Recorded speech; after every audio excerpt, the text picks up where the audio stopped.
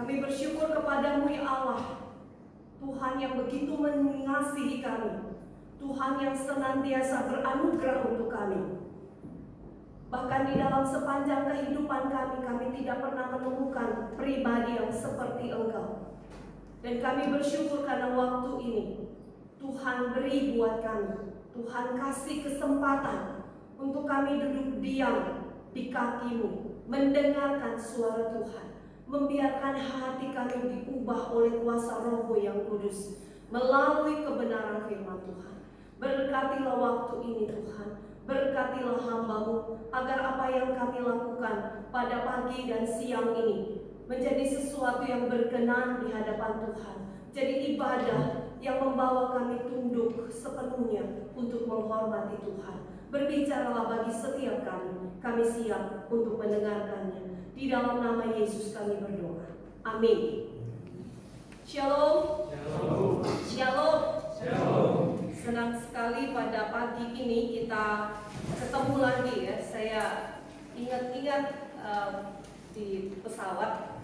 Saya ini sudah berapa kali ya bergabung di sini ya. Sekali-sekali pengen bergabung, pengen beribadah di sini, saudara ya. Tapi biasanya di hari Minggu itu agak full ibadah pelayanannya. Dan saya bersyukur karena dapat kesempatan lalu undangan yang saudara boleh sampaikan.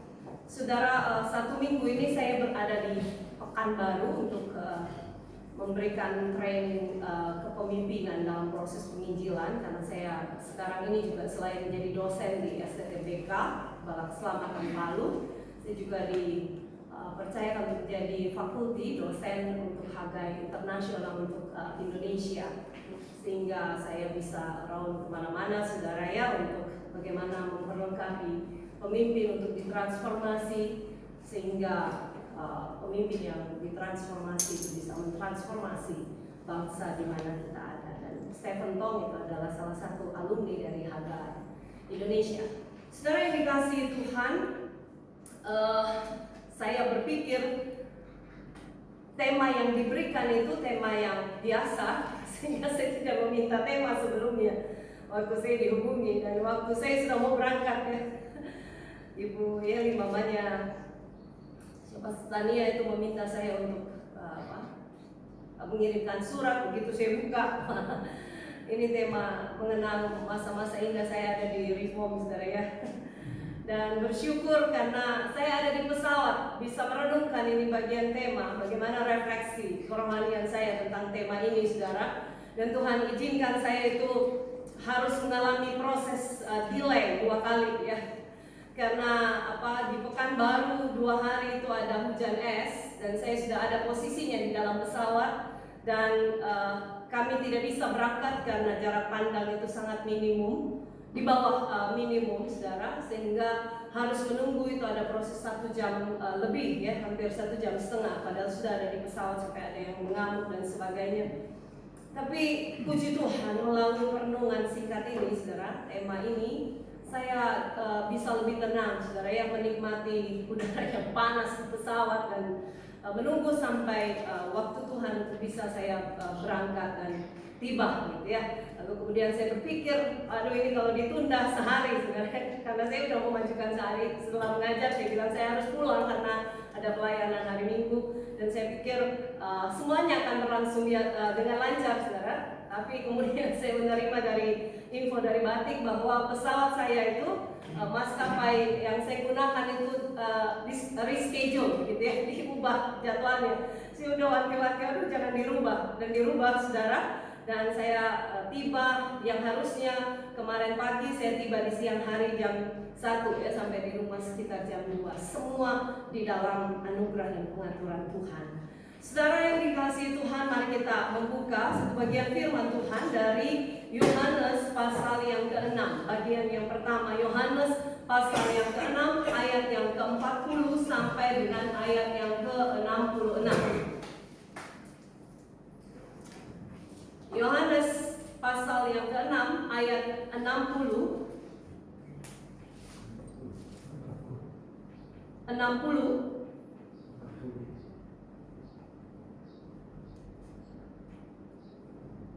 Yohanes 6 ayat 60 sampai dengan ayat 66 ya. Saya baca buat saudara sekalian, silakan memperhatikannya.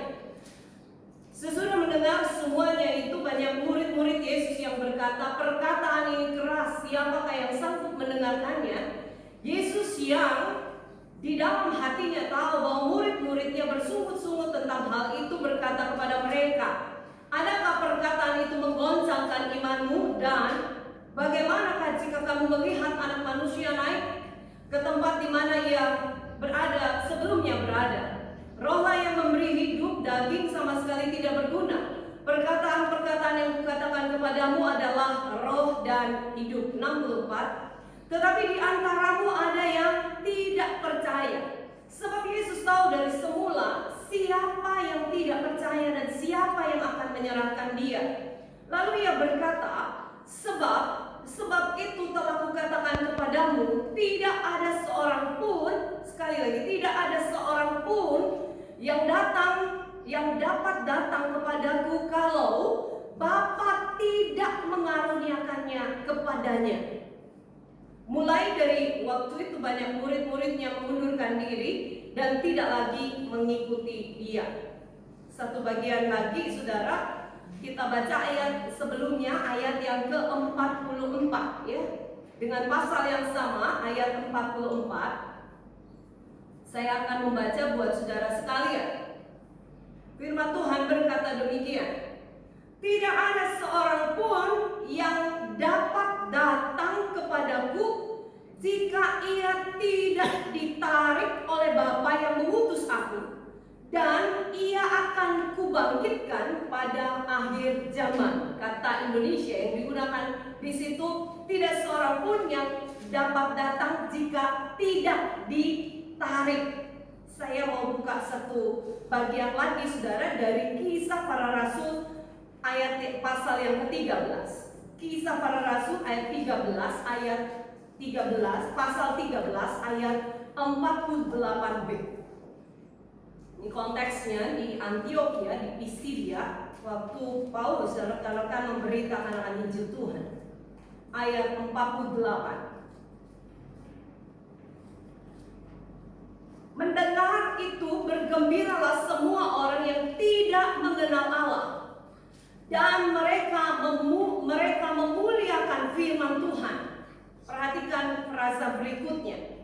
Dan semua orang yang ditentukan Allah untuk hidup kekal menjadi percaya. Sekali lagi ya.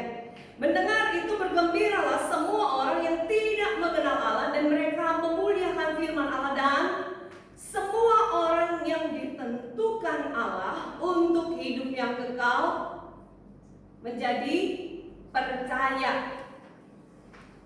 Demikianlah kebenaran firman Tuhan, kiranya kita tidak hanya jadi pendengar, tapi kita juga jadi pelaku akan kebenaran firman Tuhan tersebut. Saudara yang dikasihi Tuhan, kita di dalam rangkaian mempelajari yang namanya 5 pokok ajaran Calvinisme yang kita kenal dengan tulip ya. Pasti sebelumnya sudah terbahas beberapa pokok ya dari 5 pokok yang ada. Ada total depravity, ada unconditional election, dan ada bahasa Inggrisnya lebih enak untuk dipakai saudara ya, lebih clear bahasanya. Limited atonement, irresistible grace hari ini, dan preference of design. Sering dikasih Tuhan, irresistible grace ini ada di pokok keempat dari 5 pokok yang ada. Ya. Jadi irresistible grace ini adalah bagian yang kelima setelah penebusan terbatas. Ya, setelah kerusakan total, pemilihan tanpa syarat, lalu kemudian penebusan terbatas dan irresistible grace. Sering dikasih Tuhan, pertanyaan yang sangat mendasar, apa itu irresistible grace? Ya. Apa itu irresistible grace? Di dalam pokok ajaran Calvin kita menemukan arti atau makna dari irresistible grace itu adalah anugerah yang kita tidak bisa tolak ya. Anugerah yang tidak dapat ditolak, anugerah yang tidak dapat ditahan, anugerah yang tidak dapat tidak diterima. Itu pengertian yang sangat sederhana. Jadi begitu kita bicara irresistible grace, saudara tidak bisa tolak itu kalau itu datang pada saudara. Kalau saya kemarin itu di Pekanbaru, saudara ya, saya tuh diberikan oleh-oleh kan pulang gitu ya, diberikan gift berupa berbagai macam makanan khas Pekanbaru. Begitu juga waktu ada di Jambi atau ada di Denpasar. Saudara, tetapi saya tuh saya paling gak suka kemana-mana bawa bagasi. Sehingga saya pengennya bawa kabin. Nah kalau bawa kabin, saya gak bisa bawa berat-berat, kecuali ada bodyguard saya ya, suami saya. Apalagi tambah anak-anak bisa numpang-numpang. Sehingga apa yang saya lakukan, saudara, begitu saya dikasih, saya tolak. Saya bilang, aduh saya sorry saudara, saya berkata, maafkan saya nggak bisa terima. Untungnya mereka belum belikan, gitu, masih bertanya. Karena saya nggak bisa bawa dengan alasan yang saya sudah sampaikan tadi. Tetapi ini berbeda dengan jauh sekali berbeda dengan irresistible grace. Karena bagian ini tidak bisa ditolak. Jadi penentunya bukan saya. Saudara, irresistible grace ini bisa dimengerti dan harus wajib dimengerti di dalam konteks keselamatan. Bahwa ketika Allah itu memilih saya dan saudara untuk diselamatkan, ketika Allah itu menentukan saya dan saudara untuk diselamatkan, untuk menjadi percaya, untuk menerima kehidupan yang kekal, untuk menempati surga, saudara tidak bisa tidak menolaknya, tidak bisa tidak menerimanya, tidak bisa menahannya, tidak bisa reject, tidak bisa tolak. Itu tetap harus diterima. Yang mengerti katakan amin. Sudah dalam konteks Kisah Para Rasul pasal yang ke-13 ayat 48 tadi, itu bicara konteksnya Paulus sedang memberitakan tentang siapa Kristus. Paulus sedang memberitakan Injil keselamatan itu kepada orang-orang yang tidak percaya kepada Tuhan, kepada orang-orang yang skalanya pemimpin, kepada leader, kepada pemimpin-pemimpin yang tidak percaya Tuhan.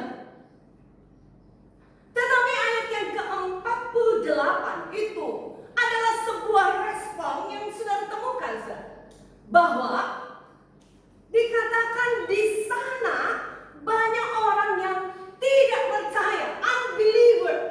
Mereka orang-orang yang belum diselamatkan, itu bersuka cita. Mereka memuji Tuhan, mereka memuliakan Tuhan. Oh, kenapa bisa? Kalau bukan pekerjaannya Tuhan, tidak bisa. Dan saya sampaikan setelah itu. Dan frasa yang berikutnya itu dikatakan dari semua orang yang tidak percaya. Perhatikan baik. Dari semua orang yang tidak percaya tadi, ada orang-orang yang ditentukan untuk percaya dan mereka menjadi percaya. Gitu ya ayatnya. Dan semua orang yang ditentukan Allah untuk hidup yang kekal. Jadi ini orang-orang yang tidak percaya tadi, dari semuanya mereka itu ada ditentukan untuk hidup kekal dan mereka percaya. Jadi proses anugerah yang tidak dapat ditolak itu harus dipahami begini. Bukan bottom up, bukan dari atas dari bawah ke atas, tetapi top up, dari atas ke bawah. Yang mengerti tolong katakan amin. Saya bahas pelan-pelan. Dan selain dikasih Tuhan, bagian firman Tuhan yang kedua itu di dalam konteks Yohanes pasal yang ke-6 itu ya. Pasal yang ke-6 ayat yang ke-44 dan juga Yohanes 17 ayat 12b dan juga ayat yang ke-65.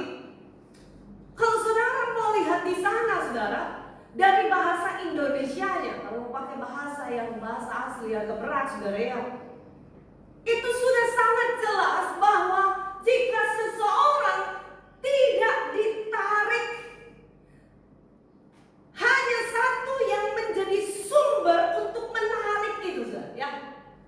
Jika seseorang tidak ditarik, jika seseorang tidak ditentukan untuk selamat, jika seseorang tidak dikaruniakan untuk menjadi selamat, tidak mungkin selamat. Katakan amin. Saudara, karena itu saya itu merenungkan tentang irresistible grace ini dalam 2 poin yang sangat sederhana. Ketika saya merenungkan bagian demi bagian ini, saudara, maka saya menemukan poin yang pertama itu tentang irresistible grace itu, atau anugerah yang tidak dapat ditolak itu. Bahwa benar-benar ini adalah tindakan Allah sepenuhnya. Ini bukan tindakannya manusia. Sebab dalam konteks ini, yang aktif sepenuhnya itu adalah Allah. Dan kita sebagai orang yang menerimanya itu punya status atau sikap pasif, bukan setengah aktif, setengah pasif, bukan. Bukan Allah itu setengah aktif, setengah pasif, bukan. Tetapi totally aktif dan totally pasif.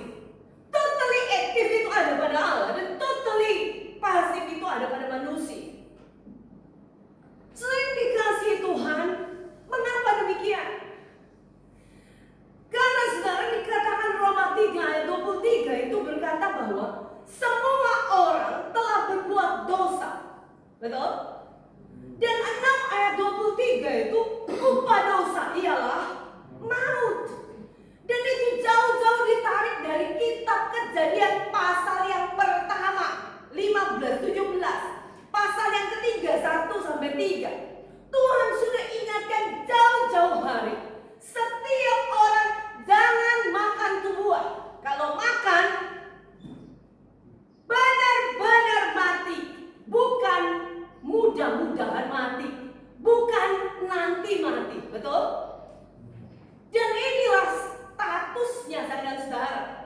Ini adalah kondisinya saya dan saudara. Saudara dan saya waktu saudara mengalami yang namanya dosa, ketidaktaatan memakan apa yang Tuhan larang itu status kita mengalami yang namanya kematian. Saudara, waktu saudara mati, saya mau tanya, apakah di dalam kematian adakah seseorang yang bisa berespon terhadap sesuatu yang ada di luarnya? Bisa dijawab? Ada, gak bisa. Saudara, karena itu di dalam status ini, di dalam kematian ini, tidak ada seorang pun yang bisa menghidupkan dirinya sendiri. Tadi saya minta aku ya, suami saya. Dan dia memberikan, waktu dia memberikan saya bisa ambil. Kenapa saudara? Halo? Kan saya hidup saudara. Benar? Saudara paham? Analogi yang sangat sederhana. Gak bisa. Jadi Tuhan mau mengubah. Tapi kalau manusia gak mau diubah, ya gak bisa. Jadi saya bingung ya. Sebenarnya yang jadi Tuhan ini siapa? Dalam konteks ini yang jadi Tuhan seakan-akan siapa saudara? Kita kan? Saya takutnya dalam konteks ini kita memahami Tuhan jadi babu. Iya dong. Karena walaupun Tuhan sudah memberikan keputusannya, kalau saya nggak mau bisa. Yakub dan Esau, kenapa ada yang diselamatkan, kenapa enggak? Saudara, kenapa satu bisa merespon, kenapa yang lain enggak? Kalau orang reform berkata memang Tuhan yang memilih dia untuk bisa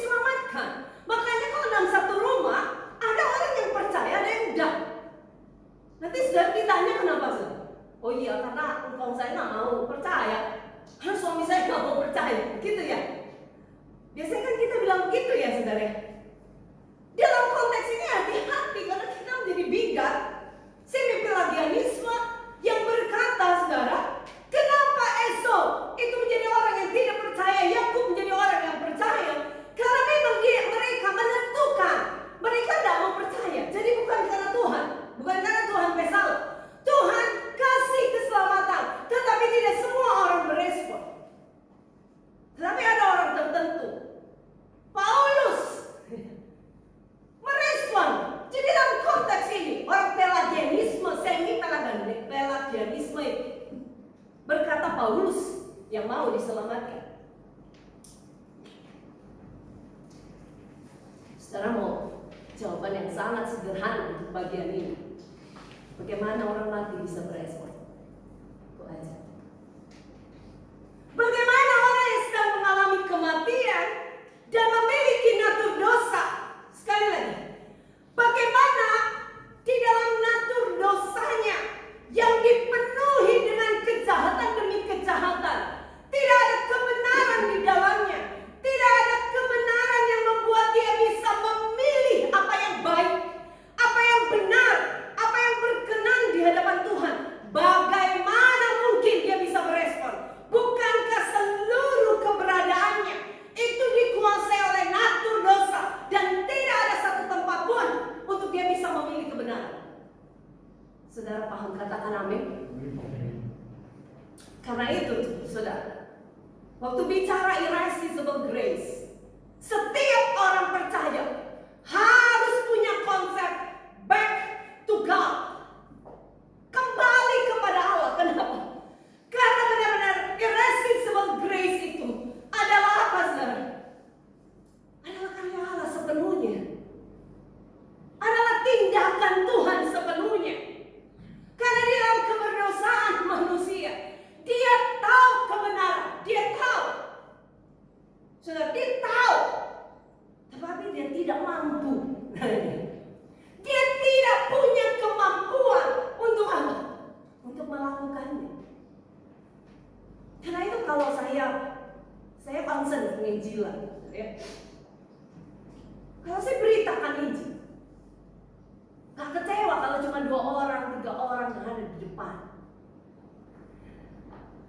Karena pekerjaan penginjilan itu adalah pekerjaan penginjilan itu konsepnya itu dari Allah, bukan dari saya. Saudara, kendati berulang kali seseorang itu mendengar firman, tahu firman. Dia tuh orang Farisi, ya. Farisi itu masa terbesar dari mazhabnya orang Yahudi. Mereka tahu Taurat, yes tahu, tapi nggak mampu sebenarnya berespon seperti apa yang Tuhan mau. Kenapa? Setiap orang itu dalam posisi mati. Dalam titik ini, aplikasi sederhana. Poin pertama ini, saya itu harus benar-benar tunduk sama Tuhan. Kalau Tuhan tidak membangkitkan kita, kalau Tuhan itu tidak menetapkan kita dan memberikan anugerah, saya ingin saudara tetap ada dalam posisi mati, bukan?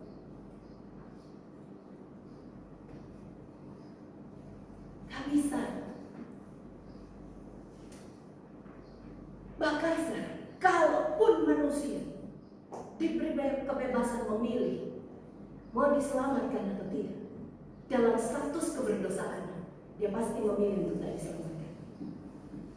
Itu baru fair. Kenapa? Gak bisa.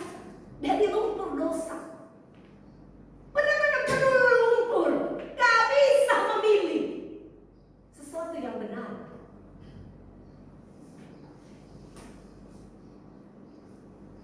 Hanya Tuhan yang mampu apa sih? Hanya mampu mengatasi dan mengalahkan kerusakan total orang-orang yang berdosa. Hanya Tuhan yang mampu melahirkan kembali. Hanya Tuhan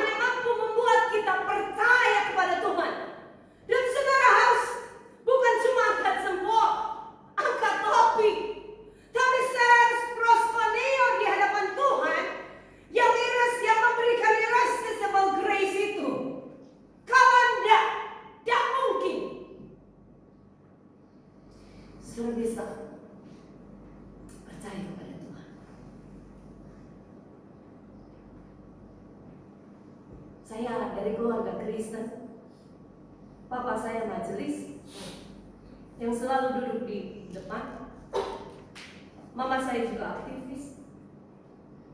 Tapi mereka mengaborsi saya. Mereka mau membunuh saya. Tetapi Tuhan beranugerah. 4 kali diaborsi. Terakhir dengan batang singkong yang dilepas dan dibiarkan duri-durinya masih ada dari daunnya, masukkan di dalam rahim mama saya. Selain nanas, abu bakar, dukun dan sebagainya, mati-mati itu minimal cacat. Tapi hari ini saya merasa saya cantik. Amin. Perfect. Hai Tuhan bukan hanya menentukan saya hidup secara fisik, tapi Tuhan menentukan saya selamat. So, kenapa saya ada begini bar ini? Kenapa saya harus pergi ke gunung-gunung? Kenapa saya harus pergi ke luar daerah Kota Palu, meninggalkan suami 2 anak yang masih kecil? Why? Karena saya tidak bisa membalas irresistible grace yang saya terima. Kalau tidak, saya masih menikmati lumpur dosa itu. Tapi karena Tuhan menentukan, sepenuhnya bukan saya, tetapi Tuhan. Masih bisa nih ya. Saya masih bisa lanjut. Baru 1 poin. Apa ya? Kalau nggak saya tutup sini cukup ya. Karena itu sudah irresistible grace. Yang kedua, dikit aja. Kalau udah selesai bilang aja. Setelah irresistible grace, saya memang pelan ya. Pelan temponya. Ini sesuatu bicara doktrin.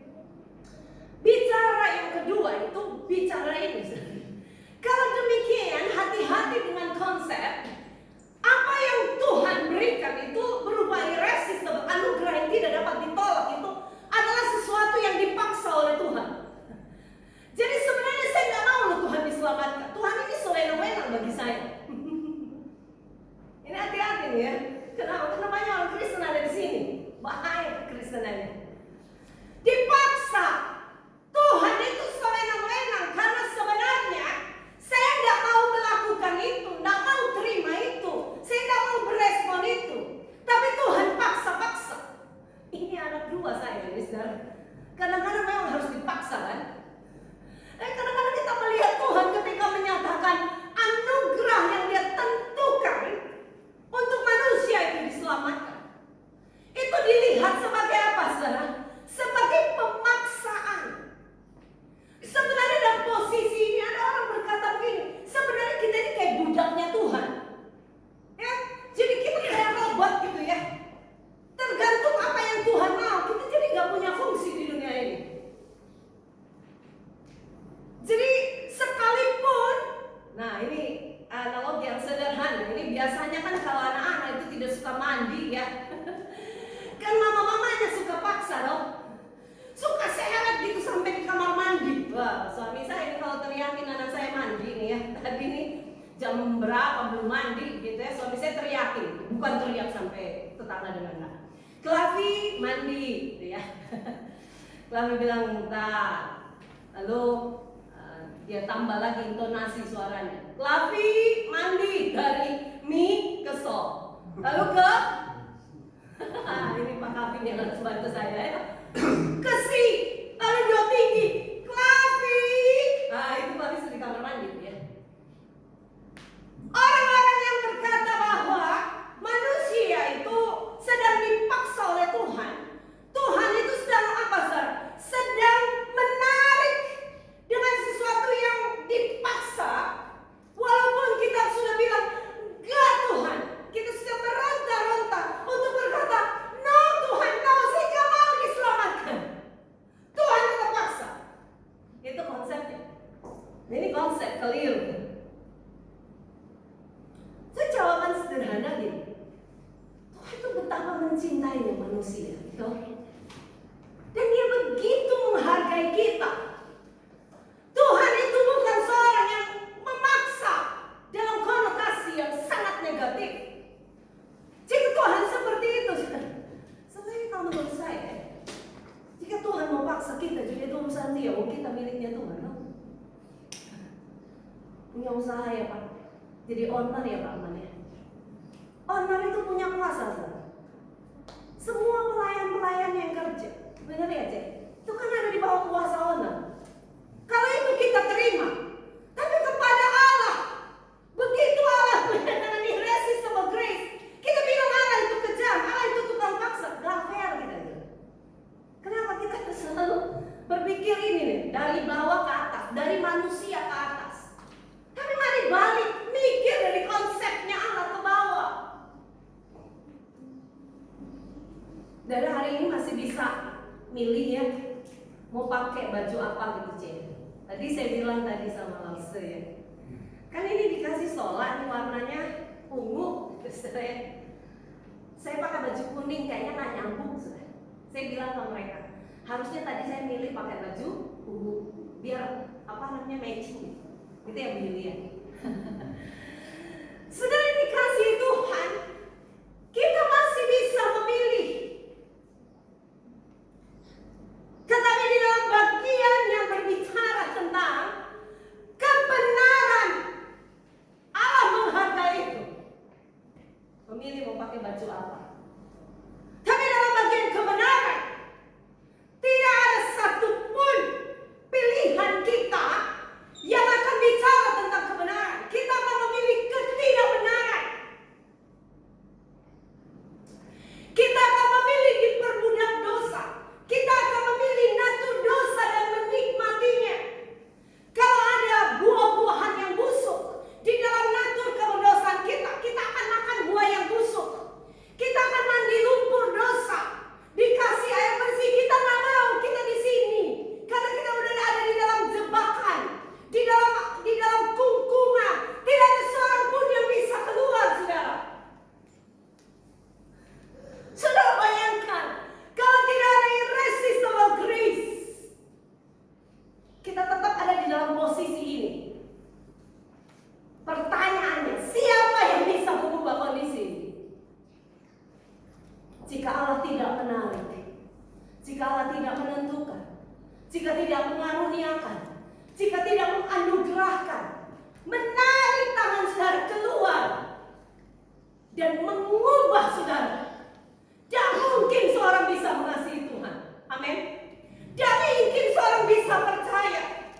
Tidak mungkin seorang bisa mencintai Tuhan dan menerima keselamatan itu. Dia akan tetap ada di sini, saudara.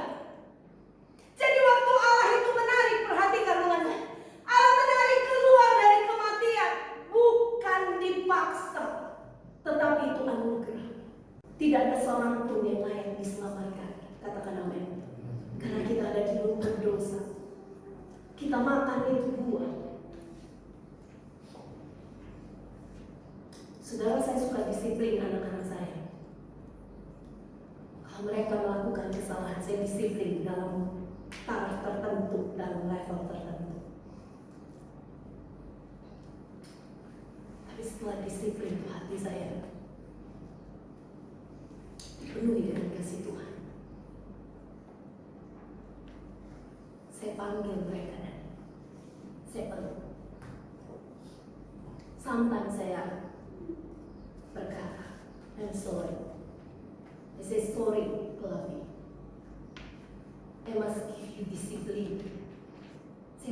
Saya harus kasih disiplin untuk kamu baik.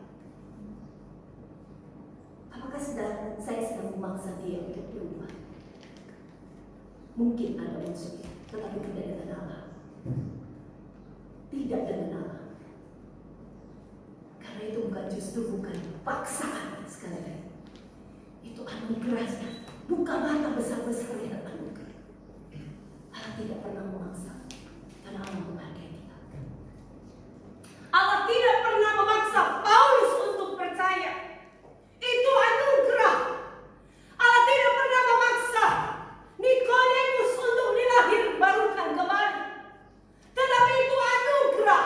Allah tidak pernah memaksa orang-orang yang tidak mengenal Allah dalam Kisah Rasul tadi untuk percaya kepadanya. Tetapi itu anugerah. Itu anugerah. Itu pemberian yang sebenarnya gak layak.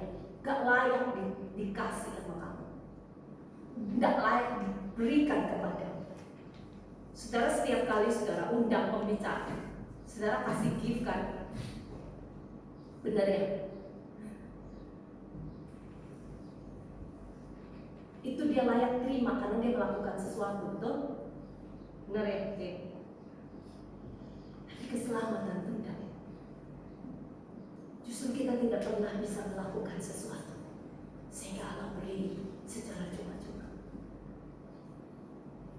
Ayo kita berdoa.